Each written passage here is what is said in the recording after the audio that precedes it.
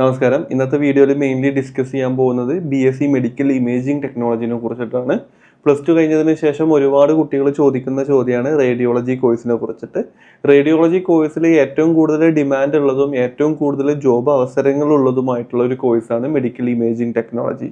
Medical imaging ടെക്നോളജിയും റേഡിയോളജിയും തമ്മിലുള്ള വ്യത്യാസം എന്താണെന്ന് ചോദിക്കുകയാണെന്നുണ്ടെങ്കിൽ, റേഡിയോളജി മേഖലയിൽ വരുന്ന ഒരു സെക്ടറാണ് റേഡിയോഗ്രഫി സെക്ടർ എന്ന് പറയുന്നത്.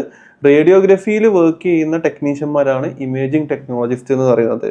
അതായത് സ്കാനിങ്ങിലൂടെ നമ്മുടെ ഹ്യൂമൻ ബോഡിയിലെ ഇന്റേണൽ ഓർഗൻസിന്റെ ഫങ്ഷനെയോ അല്ലെങ്കിൽ വേറെയുള്ള ഡിസീസിനെയോ ഡയഗ്നോസിസ് ചെയ്യുമല്ലോ സ്കാനിങ്ങിലൂടെ. ഇപ്പോൾ CT scan, MRI, ultrasound, PET CT, mammography, fluoroscopy, basic ആയിട്ട് പറയുകയാണെന്നുണ്ടെങ്കിൽ എക്സ്റേ സ്കാനിങ്.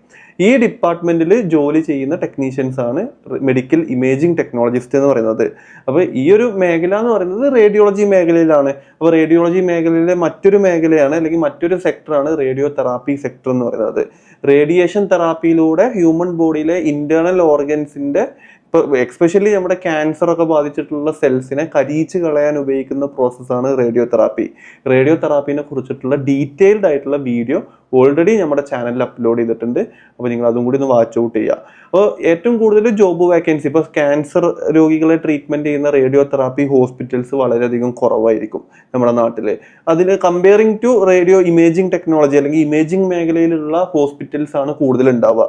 ഏതൊരു ഹോസ്പിറ്റലാണെന്നുണ്ടെങ്കിലും x ray, CT scan, MRI, ultrasound, PET CT, mammography, fluoroscopy പോലെയുള്ള സ്കാനിങ്ങിലൂടെ ആ ഒരു മിഷനറീസ് ഉള്ള ഹോസ്പിറ്റൽ, ഇതിൽ ഏതെങ്കിലും ഒരു മെഷീൻസ് ഏതെങ്കിലും ഹോസ്പിറ്റലായിട്ട് എന്തായാലും ഉണ്ടായിരിക്കും, നിർബന്ധമാണത്.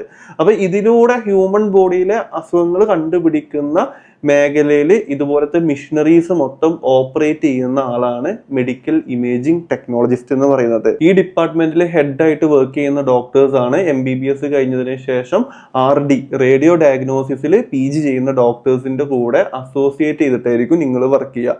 നിങ്ങൾ എടുക്കുന്ന സ്കാനിങ്ങിന്റെ റിസൾട്ട് നോക്കിയിട്ട് അതിലുള്ള അസുഖങ്ങൾ ഡയഗ്നോസിസ് ചെയ്യുന്ന ഡോക്ടേഴ്സ് ആണ് റേഡിയോ ഡയഗ്നോസിസ് ഡോക്ടേഴ്സ് എന്ന് പറയുന്നത്. ഇതാണ് റേഡിയോളജിനെ കുറിച്ചിട്ട് ബേസിക് ആയിട്ട് പറയാനുള്ളത്. അപ്പോൾ ഇന്നത്തെ വീഡിയോയിൽ കംപ്ലീറ്റ് ആയിട്ട് ഡിസ്കസ് ചെയ്യാൻ പോകുന്നത് റേഡിയോളജി വിഭാഗത്തിൽ വരുന്ന മെഡിക്കൽ ഇമേജിംഗ് ടെക്നോളജി എന്ന് പറയുന്ന കോഴ്സിനെ കുറിച്ചിട്ടാണ്.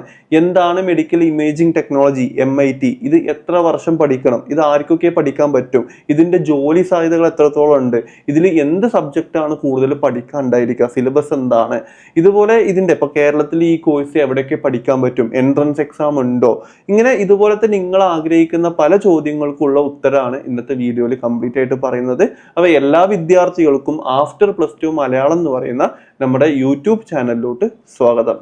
അപ്പോൾ റേഡിയോളജി മേഖലയിലോട്ട് വരുന്ന ഭൂരിഭാഗം കുട്ടികളും ചോദിക്കുന്ന ഒരു ചോദ്യമാണ് BSc മെഡിക്കൽ ഇമേജിംഗ് അല്ലെങ്കിൽ റേഡിയോളജിസ്റ്റിന് റേഡിയേഷൻ ബാധിക്കുമെന്ന്.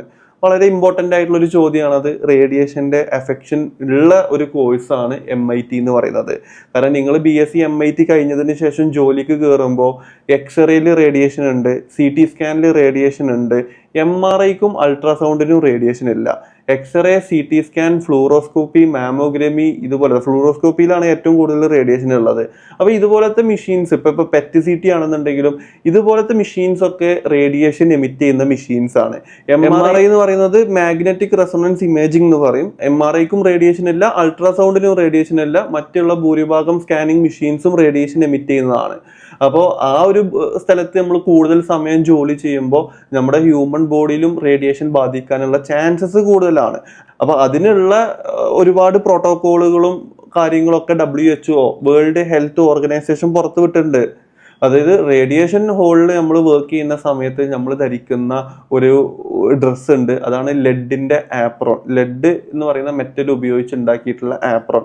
അതുപോലെ തന്നെ റേഡിയേഷൻ റൂമിലോട്ട് പോകുന്ന സമയത്ത് നിങ്ങൾ കണ്ടിട്ടുണ്ടാവും, ആ ഡോറിന്റെ ബാക്ക് സൈഡ് ആണെന്നുണ്ടെങ്കിലും വിൻഡോസിന്റെ ബാക്ക് സൈഡിലാണെന്നുണ്ടെങ്കിലും പുറത്തോട്ടേക്ക് റേഡിയേഷൻ പോവാതെക്കാൻ വേണ്ടിയിട്ട് ലെഡിന്റെ മെറ്റീരിയൽ വെച്ചിട്ടാണ് ഡോറും സീലിങ്ങും അതുപോലെ തന്നെ അതിൻ്റെ ഉള്ളിലുള്ള വിൻഡോസും ഒക്കെ നിർമ്മിക്കുന്നത് റേഡിയേഷൻ ഹോളിന്റെ ഉള്ളിൽ.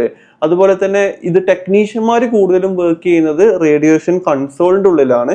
അപ്പോൾ അവർക്ക് എന്നാലും പുറത്തോട്ടേക്ക് വരേണ്ട കാര്യങ്ങളുണ്ടാവും, പേഷ്യൻസിനെ അവിടെ കൊണ്ടുപോയി അറേഞ്ച് ചെയ്യാനും കാര്യങ്ങൾക്കൊക്കെ. അപ്പോൾ റേഡിയേഷൻ എന്തായാലും ബാധിക്കും. അപ്പോൾ ഇതിന്റെ സൈഡ് എഫക്റ്റ് ആയിട്ട് യൂഷ്വലി വരുന്നത് ചിലപ്പോൾ മുടികൊഴിച്ചിൽ, ടെമ്പററി ആയിട്ടുള്ള മുടികൊഴിച്ചിൽ ഉണ്ടാവാം. ഇപ്പോൾ സ്ത്രീകളാണെന്നുണ്ടെങ്കിൽ ഫെർട്ടിലിറ്റിക്ക് ചില ഇഷ്യൂസ് വരാം. അതുപോലെ തന്നെ ഇപ്പോൾ ലോങ് ടേം ആയിട്ട് നോക്കുകയാണെന്നുണ്ടെങ്കിൽ ക്യാൻസർ വരാനുള്ള ചാൻസസ് കൂടുതലാണ്, എക്സ്പെഷ്യലി നമ്മുടെ തൈറോയ്ഡ് ക്യാൻസർ. കാരണം നമുക്ക് ഇപ്പോൾ ഇതിന്റെ പ്രോട്ടോകോൾ നോക്കുന്ന സമയത്ത് ലെഡ് ആപ്രോൺ ഉണ്ട്, അതുപോലെ തന്നെ ലെഡിന്റെ ഗ്ലൗസ് ധരിക്കേണ്ട നിർബന്ധമാണ്, പിന്നെ തൈറോയിഡിന് ഇവിടെ വെക്കുന്ന ലെഡിന്റെ ഷീൽഡ് ഉണ്ട്. അപ്പൊ ഇതൊക്കെ ഉപയോഗിച്ചിട്ടാണ് ഇവർ വർക്ക് ചെയ്യുന്നത്. അപ്പൊ ഇതൊക്കെ ഹൈലി റിസ്കി ഉള്ള ഒരു ജോബ് തന്നെയാണത്. അത് ഈ ജോബിന്റെ ഒരു നേച്ചറാണ്. ഇത് ടെക്നീഷ്യന്മാർക്ക് മാത്രമല്ല, അവിടെയുള്ള പേഷ്യൻസിനും ഈ റേഡിയേഷൻ എഫക്ഷൻ വരുന്നുണ്ട്, അവിടെ വർക്ക് ചെയ്യുന്ന ഡോക്ടേഴ്സിനും ഈ റേഡിയേഷന്റെ ബുദ്ധിമുട്ട് വരുന്നുണ്ട്. എന്നാൽ തന്നെ കൂടുതൽ സമയം ജോലി ചെയ്യുന്ന ടെക്നീഷ്യന്മാർക്കായിരിക്കും ഇതിന്റെ കൂടുതൽ സൈഡ് എഫക്റ്റുകൾ വരാനുള്ള ചാൻസ്. അപ്പൊ അതിന് നിങ്ങൾക്ക് ഇതുപോലത്തെ പ്രോട്ടോകോളുകൾ ഉണ്ട്. അതുപോലെ തന്നെ ടെക്നീഷ്യന്മാർ ഉപയോഗിക്കുന്ന ഒരു ബാഡ്ജ് അല്ലെങ്കിൽ ഒരു ഡിവൈസ് ആണ് TLD ബാഡ്ജ് എന്ന് പറയും. അതായത് തെർമോ ലൂമിനസെൻസ് ഡോസിമീറ്റർ എന്ന് പറയും. അപ്പൊ ഇത് വെച്ചിട്ട് നമ്മുടെ ഹ്യൂമൻ ബോഡിയിൽ അല്ലെങ്കിൽ നമുക്ക് എത്രത്തോളം റേഡിയേഷൻ എഫക്ട് ചെയ്തിട്ടുണ്ടെന്ന് അതിൽ രേഖപ്പെടുത്തും. ഇത് ഓരോ 3 മാസം ആകുമ്പോഴും ഈ ഡോസിമീറ്റർ അല്ലെങ്കിൽ ഈ ഒരു TLD ബാഡ്ജ് നമ്മൾ എന്ത് ചെയ്യും, ബാബ ആറ്റോമിക് റിസർച്ച് സെന്റർ ഉണ്ടല്ലോ ബോംബെയിലുള്ള, അവിടെ കൊണ്ടുപോയി വിടും. അപ്പൊ അതിൽ നമുക്ക് എത്രത്തോളം റേഡിയേഷൻ നമ്മുടെ ബോഡിയിൽ ബാധിച്ചിട്ടുള്ള റീഡിങ് കിട്ടും. അതിന്റെ അടിസ്ഥാനത്തിൽ നമുക്ക് പെയ്ഡ് ലീവ് ഒക്കെ കിട്ടും, സിക്ക് ലീവ് കിട്ടും. റേഡിയേഷൻ നമ്മുടെ കൗണ്ട് എത്രയാണോ ഉള്ളത് അതൊരു ലിമിറ്റിന്റെ അപ്പുറത്തോട്ടേക്ക് പോയിട്ടുണ്ടെന്നുണ്ടെങ്കിൽ നമുക്ക് സിക്ക് ലീവും കാര്യങ്ങളൊക്കെ കിട്ടാൻ ചാൻസ് ഉള്ള ഒരു മേഖലയാണ്, അല്ലെങ്കിൽ അങ്ങനത്തെ ഒരു പ്രൊഫഷനാണ് ഈ മെഡിക്കൽ ഇമേജിംഗ് ടെക്നോളജി എന്ന് പറയുന്നത്. ഇതാണ് ബേസിക് ആയിട്ട് വരുന്ന സൈഡ് എഫക്റ്റ്. ചില ആൾക്കാർക്ക് മുടി കൊഴിച്ചിൽ വരാറുണ്ട്, തലവേദന വരാറുണ്ട്, അതുപോലെ തന്നെ ലെഡിന്റെ ആപ്രോണ് നല്ല വെയിറ്റ് ഉള്ള സംഭവമാണ്. അത് ധരിച്ചു നിൽക്കുന്ന സമയത്ത് നമുക്ക് ഷോൾഡർ പെയിൻ വരാനുള്ള ചാൻസസ് ഉണ്ട്. പിന്നെ കണ്ണിന് വരുന്ന ചെറിയ ചെറിയ അസുഖങ്ങൾ ഈ റേഡിയേഷൻ ഹോളിലാവുമ്പോൾ കണ്ണിന് കുറച്ച് ടൈം കഴിഞ്ഞാൽ അസുഖങ്ങൾ വരാനുള്ള ചാൻസസ് ഉണ്ട്. പിന്നെ വട്ടത്തിൽ മുടി കൊഴിയാനുള്ള ചാൻസസ് ഉണ്ട്. സ്കിന്നിനൊരു റെഡ്നെസ് വരാനും ബേണിങ് വരാനുള്ള ചാൻസസ് ഉണ്ട് കൂടുതൽ ഫ്രീക്വൻസിയിൽ നമ്മൾ അവിടെ നിൽക്കുന്നുണ്ടെന്നുണ്ടെങ്കിൽ. ഇതൊക്കെ ഇതിന് വരുന്ന ഷോർട്ട് ടേം ആയിട്ട് വരുന്നതും ലോങ് ടേം ആയിട്ട് വരുന്നതായിട്ടുള്ള കുറച്ച് അസുഖങ്ങൾ ഇതൊക്കെയാണ് ഉള്ളത്. അപ്പോൾ ഇതൊക്കെ ഇതിന്റെ നേച്ചറാണ്. ഇതൊക്കെ മനസ്സിലാക്കിയിട്ട് വേണം ഏതൊരു വിദ്യാർത്ഥിയും BSc മെഡിക്കൽ ഇമേജിംഗ് ടെക്നോളജി എന്ന് പറയുന്ന കോഴ്സിലോട്ട് വരാൻ. സത്യം പറഞ്ഞാൽ മെഡിക്കൽ ഇമേജിംഗ് ടെക്നോളജി എന്ന് പറയുന്ന കോഴ്സ് എന്തായാലും 100% ജോലി കിട്ടുന്ന ഒരു കോഴ്സാണ്. ഇപ്പൊ നഴ്സിംഗ് പോലെ തന്നെ 100% ജോലി ഉറപ്പുള്ള ഒരു കോഴ്സാണ് മെഡിക്കൽ ഇമേജിംഗ് ടെക്നോളജി. അതിൽ ഒരുവിധ സംശയമില്ല. ഏതൊരു ഹോസ്പിറ്റലാണെന്നുണ്ടെങ്കിലും ഞാൻ ആദ്യം പറഞ്ഞ പോലെ തന്നെ പ്രൈമറി ആയിട്ട് വേണ്ട ഒരു ജോബ്, ഒന്ന് ഡോക്ടർമാർ വേണം, നഴ്സുമാർ നിർബന്ധമായിട്ടും ഒരു ഹോസ്പിറ്റലിൽ വേണം. ഈ ഡോക്ടർമാർക്കും നഴ്സുമാർക്കും ചികിത്സ നടത്താനുള്ള മരുന്നുകൾ അവിടെ ഫാർമസിസ്റ്റ് നിർബന്ധമായിട്ടും വേണം. ഈ അസുഖങ്ങൾ കണ്ടുപിടിക്കാൻ എന്ത് വേണം, ലാബിലെ ടെക്നീഷ്യന്മാരും വേണം. അതുപോലെ തന്നെ അസുഖങ്ങൾ കണ്ടുപിടിക്കാൻ സ്കാനിങ്ങിലൂടെ അസുഖങ്ങൾ കണ്ടുപിടിക്കാൻ മെഡിക്കൽ ഇമേജിംഗ് ടെക്നോളജിസ്റ്റും നിർബന്ധമാണ്. അപ്പൊ ഏതൊരു ഡെവലപ്പിംഗ് ഹോസ്പിറ്റലാണെന്നുണ്ടെങ്കിലും ഈ ഒരു കോഴ്സിന് നല്ല വാക്കൻസീസും ഉണ്ട്, അത്യാവശ്യം കുഴപ്പമില്ലാത്ത സാലറിയും കിട്ടും. നമ്മുടെ നാട്ടിലാണെന്നുണ്ടെങ്കിലും പുറത്താണെന്നുണ്ടെങ്കിലും, ഇപ്പൊ നമ്മുടെ നാട്ടിലാണെന്നുണ്ടെങ്കിൽ സ്റ്റാർട്ടിങ് ഒരു 20,000 റുപ്പീസ് മുതൽ ഒരു 30,000 40,000 ആ റേഞ്ചിലാണ് ആവറേജ് സാലറി കിട്ടുന്നത്. പിന്നെ കേരളത്തിന് പുറത്താണെന്നുണ്ടെങ്കിൽ സാലറി കുറച്ചും കൂടി കൂടുതലുണ്ടാവും.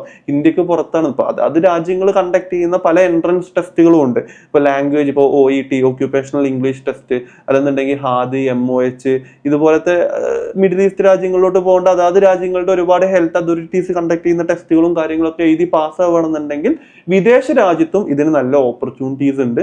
100% ജോലി കിട്ടുന്ന പക്ക പ്രൊഫഷണൽ കോഴ്സാണ് BSc മെഡിക്കൽ ഇമേജിംഗ് ടെക്നോളജി. അപ്പൊ ഈ ഒരു കോഴ്സ് അധികം കുട്ടികൾ പഠിക്കുന്ന ഒരു കോഴ്സ് ഒന്നല്ല മെഡിക്കൽ ഇമേജിംഗ് ടെക്നോളജി എന്ന് പറയുന്നത്. ഈ BSc MIT എന്ന് പറയുന്ന കോഴ്സ് കേരളത്തിൽ വന്നത് 2023. അതായത് ഞാനിപ്പോ ഈ വീഡിയോ ഷൂട്ട് ചെയ്യുന്നത് 2025. 2 വർഷം മുമ്പാണ് ഈ ഒരു കോഴ്സ് കേരളത്തിൽ ഇൻട്രൊഡ്യൂസ് ചെയ്തിട്ടുള്ളത്. BSc medical imaging technology Kerala university of health സയൻസിന്റെ അണ്ടറിൽ.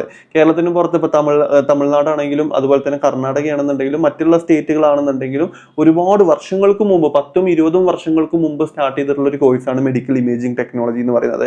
കേരളത്തിൽ വന്നിട്ട് ആകെ 2 വർഷമായിട്ടുള്ളൂ. അതാണ് നമ്മുടെ കേരളത്തിലെ അവസ്ഥ. കേരളത്തിൽ 2023 വന്ന സമയത്ത് ഇത് ടോട്ടൽ 3 ഗവൺമെന്റ് കോളേജിലും ഒരു പ്രൈവറ്റ് ശ്രീ ഗോകുലം കോളേജുകളിലായിട്ട് 4 കോളേജുകളിലായിട്ട് 45 സീറ്റ് മാത്രമേ കേരളത്തിൽ ഉണ്ടായിരുന്നുള്ളൂ. പക്ഷേ ഇന്നത്തെ ഒരു സിറ്റുവേഷനിൽ ഇപ്പൊ കഴിഞ്ഞ വർഷത്തെ 2023 കഴിഞ്ഞു, കഴിഞ്ഞ വർഷം 2024 കണക്ക് പ്രകാരം കേരളത്തിൽ മൊത്തം 9 കോളേജുകളിലായിട്ട് 135 കുട്ടികളാണ് ഒരു കൊല്ലം +2 കഴിഞ്ഞതിന് ശേഷം BSc മെഡിക്കൽ ഇമേജിംഗ് ടെക്നോളജി എന്ന് പറയുന്ന കോഴ്സ് പഠിക്കുന്നത്. അതായത് വെറും 135 കുട്ടികൾക്ക് മാത്രമേ കേരളത്തിൽ ഇന്ന് ഈ കോഴ്സ് പഠിക്കാൻ, ഇൻസൈഡ് കേരളത്തിൽ പഠിക്കാനുള്ള അവസരമുള്ളൂ. പിന്നെ കേരളത്തിലുള്ള മറ്റൊരു യൂണിവേഴ്സിറ്റിയാണ് കൊച്ചിയിലുള്ള അമൃത യൂണിവേഴ്സിറ്റി. അമൃത ഒരു ഡീംഡ് യൂണിവേഴ്സിറ്റിയാണ്. അവർ തന്നെ കണ്ടക്ട് കണ്ടക്ട് ചെയ്യുന്ന എൻട്രൻസ് എക്സാം വഴി നമുക്ക് അവിടെ 10-15 സീറ്റ് അവിടെയുണ്ട്. മൊത്തം നോക്കുകയാണെന്നുണ്ടെങ്കിൽ ടോട്ടൽ 150 താഴെ കുട്ടികൾക്ക് മാത്രം പഠിക്കാൻ പറ്റുന്ന, കേരളത്തിന്റെ അകത്ത് പഠിക്കാൻ പറ്റുന്ന ഒരു കോഴ്സാണ് BSc മെഡിക്കൽ ഇമേജിംഗ് ടെക്നോളജി. ഇതിന്റെ കോളേജസിന്റെ ലിസ്റ്റും കാര്യങ്ങളൊക്കെ ഞാൻ സ്ക്രീനിൽ കൊടുത്തിട്ടുണ്ട്. ഇത് നിങ്ങൾ നോട്ട് ഡൗൺ ചെയ്ത് വെക്കുക. താഴെ ലിങ്കിലും ഞാൻ ഇതിന്റെ കോളേജസും കാര്യങ്ങളൊക്കെ കൊടുത്തിട്ടുണ്ട്. പിന്നെ ഈ 9 കോളേജുകളിൽ അഡ്മിഷൻ കിട്ടുന്നത് ഒരു എൻട്രൻസ് എക്സാമോ മറ്റുള്ള എൻട്രൻസോ കാര്യങ്ങളോ ഒന്നുമില്ല. ഈ അമൃതയിൽ മാത്രമേ എൻട്രൻസ് ഉള്ളൂ. കേരളത്തിലുള്ള ഈ കേരള യൂണിവേഴ്സിറ്റി ഓഫ് ഹെൽത്ത് സയൻസിന്റെ അണ്ടറിൽ വരുന്ന കോളേജസിൽ നമുക്ക് അഡ്മിഷൻ കിട്ടാൻ വേണ്ടിയിട്ട് നമ്മുടെ LBS ആപ്ലിക്കേഷൻ കൊടുക്കണം. LBS എന്ന് പറയുന്നത് നമ്മുടെ +2ന്റെ മാത്രം മാർക്കിന്റെ അടിസ്ഥാനത്തിൽ, എക്സ്പെഷ്യലി ഫിസിക്സും കെമിസ്ട്രിയും ബയോളജിയും +2ലെ മാത്രം, +1ത്തെ കൂട്ടൂല, +2ലെ മാത്രം മാർക്കിന്റെ അടിസ്ഥാനത്തിൽ ഫിസിക്സും കെമിസ്ട്രിയും ബയോളജിയുടെയും ഒരു റാങ്ക് ലിസ്റ്റ് അവർ പുറത്തുവിടും. അതിന്റെ അടിസ്ഥാനത്തിൽ നമുക്ക് അലോട്ട്മെന്റ് കൊടുത്തിട്ട്, അലോട്ട്മെന്റ് ഏകജാലകം വഴിയാണ് നമുക്ക് എന്ത് കിട്ടുക, നമുക്ക് സീറ്റ് കിട്ടുക. അപ്പോൾ ഇത് കഴിഞ്ഞ വർഷം 2024-ലും 2023-ലും ഈ കോഴ്സിന് അഡ്മിഷൻ കിട്ടിയ കുട്ടികളുടെ മാർക്ക് ജനറൽ കാറ്റഗറിയിലാണെന്നുണ്ടെങ്കിൽ 98, 99, 100% ആ ഒരു കാറ്റഗറിയിൽ വരുന്ന ടോപ്പ് നോച്ച് കുട്ടികൾക്ക് മാത്രമേ കേരളത്തിൽ ഇത് കിട്ടിയിട്ടുള്ളൂ. ആദ്യം പറഞ്ഞ പോലെ തന്നെ 2023-ലാണ് ഈ കോഴ്സ് ഇൻട്രൊഡ്യൂസ് ചെയ്തത്. 4 വർഷത്തെ ഒരു കോഴ്സാണ് BSc മെഡിക്കൽ ഇമേജിംഗ് ടെക്നോളജി എന്ന് പറയുന്നത്. +1, +2 സയൻസ് പഠിച്ച കുട്ടികൾക്ക് മാത്രമാണ് ഈ കോഴ്സിന് ജോയിൻ ചെയ്യാൻ പറ്റത്തുള്ളൂ. കൊമേഴ്സും ഹ്യൂമാനിറ്റീസും കഴിഞ്ഞ കുട്ടികൾക്ക് ഈ കോഴ്സിന് ജോയിൻ ചെയ്യാൻ പറ്റത്തില്ല. അപ്പോൾ 4 വർഷത്തെ കോഴ്സ് ആയതുകൊണ്ട് 2023-ൽ കയറിയ കുട്ടികൾ 4 വർഷം കഴിഞ്ഞതിന് ശേഷം കേരള യൂണിവേഴ്സിറ്റിയുടെ സിലബസ് പഠിച്ചിട്ട് ഒരു ബാച്ച് കേരളത്തിൽ പുറത്തിറങ്ങത്തുള്ളൂ. അപ്പോൾ കേരളത്തിലുള്ള ഒരു കോളേജിലും ഒരു ബാച്ച് പോലും പാസ് ഔട്ട് ഇല്ല, കൊച്ചി അമൃത ഒഴികെ. അപ്പോൾ നിങ്ങൾക്ക് ഈ കോഴ്സ് മാനേജ്മെന്റ് സീറ്റിൽ കേരളത്തിൽ കിട്ടിയിട്ടില്ല എന്നുണ്ടെങ്കിൽ സെക്കൻഡറി ഓപ്ഷൻ എന്ന് പറയുന്നത് കേരളത്തിന് പുറത്ത് പോയി പഠിക്കാനാണ്. കേരളത്തിന് പുറത്ത് നമ്മുടെ കേരളത്തിന് തൊട്ടടുത്ത് കിടക്കുന്ന സംസ്ഥാനമാണ് കർണാടകയും തമിഴ്നാടും വരുന്നത്.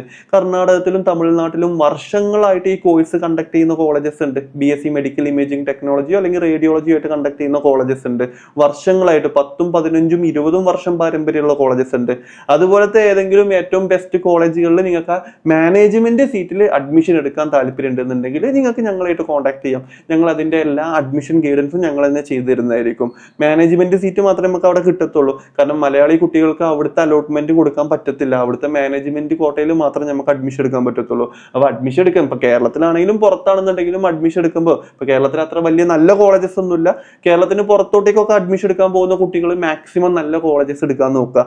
കാരണം നിങ്ങൾ പഠിക്കുന്ന കോളേജിന് സ്വന്തമായിട്ട് ഹോസ്പിറ്റൽ ഉണ്ടോ നോക്കണം.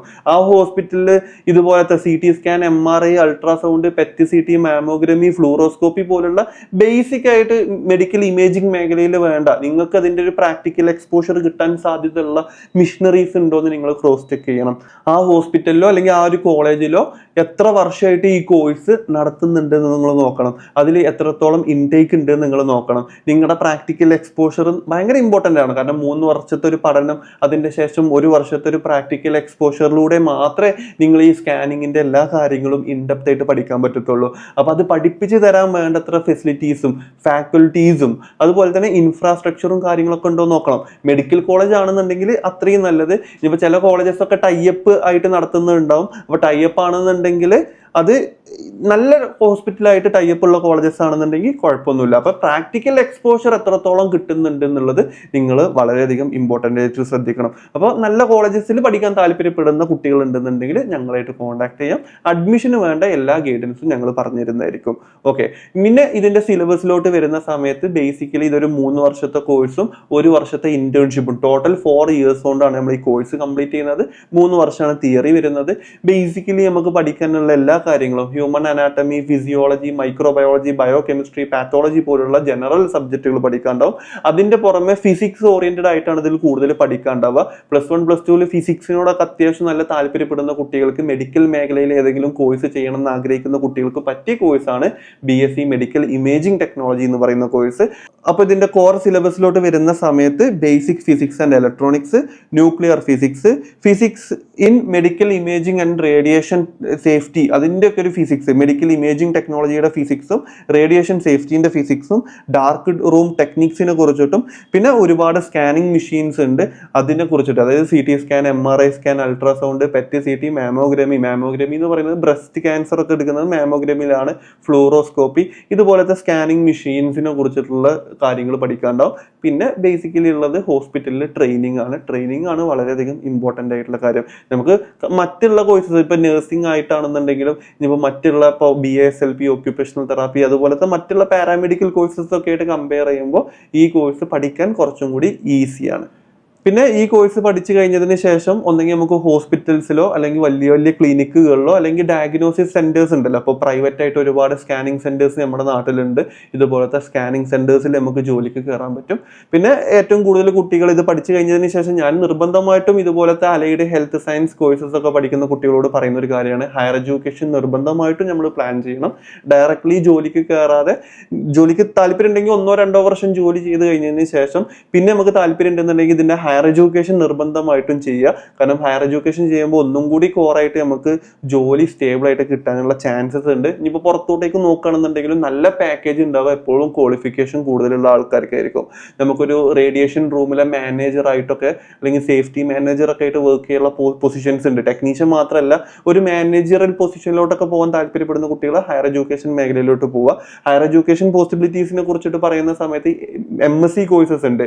MSc തന്നെ medical imaging technology, MSc in radio therapy technology, MSc in nuclear imaging technology, ഇതുപോലത്തെ അല്ലെങ്കിൽ PG ഡിപ്ലോമ പ്രോഗ്രാമുകളുണ്ട്. PG ഡിപ്ലോമ പ്രോഗ്രാമുകളിൽ ഹയർ എഡ്യൂക്കേഷനിൽ വരുന്നതാണ്. MSc ആവില്ല, PG ഡിപ്ലോമ പ്രോഗ്രാം ആയിരിക്കും. അതിൽ CT മെഷീൻസിനെ കുറിച്ചിട്ടും MRIനെ കുറിച്ചിട്ടും അല്ലെങ്കിൽ ഫ്ലൂറോസ്കോപ്പിനെ കുറിച്ചിട്ടും റേഡിയോ തെറാപ്പിനെ കുറിച്ചിട്ടൊക്കെ PG ഡിപ്ലോമ പ്രോഗ്രാമുകൾ ചെയ്യാൻ പറ്റും. ഇനി ഒരു മാനേജറൽ പൊസിഷനിലോട്ട് പോകാൻ താല്പര്യപ്പെടുന്ന കുട്ടികൾക്ക് MBA ചെയ്യാൻ പറ്റും, മാസ്റ്റേഴ്സ് ഇൻ ബിസിനസ് അഡ്മിനിസ്ട്രേഷൻ, അതിൽ ഹോസ്പിറ്റൽ ആൻഡ് അഡ്മിനിസ്ട്രേഷൻ, അങ്ങനത്തെ മേഖലകളുണ്ടല്ലോ. അല്ലെങ്കിൽ MPH, masters in public health പോലുള്ള മാനേജറിയൽ പൊസിഷനിലോട്ട് പോകാൻ താല്പര്യപ്പെടുന്ന മാനേജ്മെന്റ് കോഴ്സസ് ഒക്കെ ചെയ്തിട്ട് ഹയർ എഡ്യൂക്കേഷൻ ചെയ്തു ഹോസ്പിറ്റൽ മേഖലയിൽ തന്നെ ഒരു മാനേജറിയൽ പൊസിഷനിൽ വർക്ക് ചെയ്യാൻ പറ്റും. അപ്പോൾ ഇതൊക്കെയാണ് ഇതിന്റെ ബേസിക് ആയിട്ടുള്ള ഹയർ എഡ്യൂക്കേഷൻ പോസിബിലിറ്റി. ഇനി ടീച്ചിങ് മേഖലയിലോട്ടൊക്കെ പോകാൻ താല്പര്യപ്പെടുന്ന കുട്ടികളാണെന്നുണ്ടെങ്കിൽ ഇപ്പോൾ MScയിൽ മെഡിക്കൽ ഇമേജിംഗ് ടെക്നോളജിയോ MSc റേഡിയോളജിയോ റേഡിയോ തെറാപ്പി ഒന്നും ചെയ്യാൻ താല്പര്യമില്ല, ടീച്ചിങ് മേഖലയിലോട്ട് പോകാൻ താല്പര്യപ്പെടുന്ന കുട്ടികളാണെന്നുണ്ടെങ്കിൽ നിങ്ങൾക്ക് MSc anatomy, physiology, microbiology, biochemistry, pathology പോലുള്ള നമുക്ക് ടീച്ചിങ് ഓറിയന്റഡ് ആയിട്ടുള്ള ജനറൽ സബ്ജക്റ്റുകൾ പഠിച്ചിട്ട് നമുക്ക് ഇതുപോലത്തെ കോഴ്സസ്, ഇതുപോലത്തെ ഏത് അലൈഡ് ഹെൽത്ത് സയൻസ് കോഴ്സസ് പഠിക്കാൻ വരുന്ന കുട്ടികളെ പഠിപ്പിക്കാനും പറ്റും. അതും ഇതിന്റെ ഒരു ഓപ്പർച്യൂണിറ്റിയാണ്. അപ്പൊ ഇത്രയും കാര്യങ്ങളാണ് ബേസിക് ആയിട്ട് ഒരു കുട്ടി മെഡിക്കൽ ഇമേജിംഗ് ടെക്നോളജിയിലോട്ട് പോകുമ്പോൾ ശ്രദ്ധിക്കേണ്ട കാര്യങ്ങൾ. അപ്പൊ ഇതുപോലത്തെ കോഴ്സസ് ഒക്കെ പഠിക്കാൻ ആഗ്രഹിക്കുന്ന കുട്ടികൾക്ക് നമ്മുടെ വീഡിയോ മാക്സിമം ഷെയർ ചെയ്ത് കൊടുക്കുക. കൂടുതൽ നിങ്ങൾക്ക് എന്തെങ്കിലും ഡൗട്ട് ഉണ്ടെന്നുണ്ടെങ്കിൽ താഴെ നമ്മുടെ കോൺടാക്ട് നമ്പർ കൊടുത്തിട്ടുണ്ടെങ്കിൽ നിങ്ങൾക്ക് ഡയറക്റ്റ് ആയിട്ട് ഞങ്ങളെ കോൺടാക്ട് ചെയ്യാം. അതുപോലെ തന്നെ നിങ്ങൾക്ക് ഏത് കോഴ്സിനെ കുറിച്ചിട്ടും കരിയർ ഗൈഡൻസ് ലഭിക്കാൻ അല്ലെങ്കിൽ പേഴ്സണലൈസ്ഡ് ആയിട്ടുള്ള കാര്യങ്ങൾ മനസ്സിലാക്കാൻ വേണ്ടിയിട്ട് താഴെ ഗൂഗിൾ ഫോം കൊടുത്തിട്ടുണ്ട്. ഗൂഗിൾ ഫോം ഫിൽ ഔട്ട് ചെയ്യുക. ഗൂഗിൾ ഫോമിൽ കറക്റ്റ് ആയിട്ട് ആസ്ക് യുവർ ക്വസ്റ്റ്യൻ എന്ന് പറയുന്ന സെക്ഷൻ ഉണ്ട്. അതിൽ കറക്റ്റ് ആയിട്ട് നിങ്ങളുടെ ചോദ്യം ചോദിക്കുക. ഞങ്ങളുടെ ഓഫീസിൽ നിന്നും വിദഗ്ധ കരിയർ കൗൺസിലേഴ്സ് വിളിച്ചിട്ട് നിങ്ങൾക്ക് കരിയർ ഗൈഡൻസ് നൽകുന്നതായിരിക്കും. അഡ്മിഷൻ ഗൈഡൻസിന് വേണ്ടിയിട്ടും നിങ്ങൾക്ക് ഞങ്ങളെ കോൺടാക്ട് ചെയ്യാം. അതുപോലെ തന്നെ വാട്സപ്പ് കരിയർ ഗൈഡൻസ് ഗ്രൂപ്പിൽ ഒരുപാട് എഡ്യൂക്കേഷൻ റിലേറ്റ് ചെയ്തിട്ടുള്ള അപ്ഡേറ്റുകൾ ഞങ്ങൾ അറിയിക്കുന്നതായിരിക്കും. അപ്പോൾ കരിയർ ഗൈഡൻസ് ഗ്രൂപ്പിലും അതുപോലെ തന്നെ വാട്സപ്പ് ചാനലിലും ജോയിൻ ചെയ്യുക. അപ്പോൾ കൂടുതൽ ഡൗട്ട് ഉണ്ടെന്നുണ്ടെങ്കിൽ ഞങ്ങളെ ഡയറക്റ്റ് കോൺടാക്ട് ചെയ്യുക.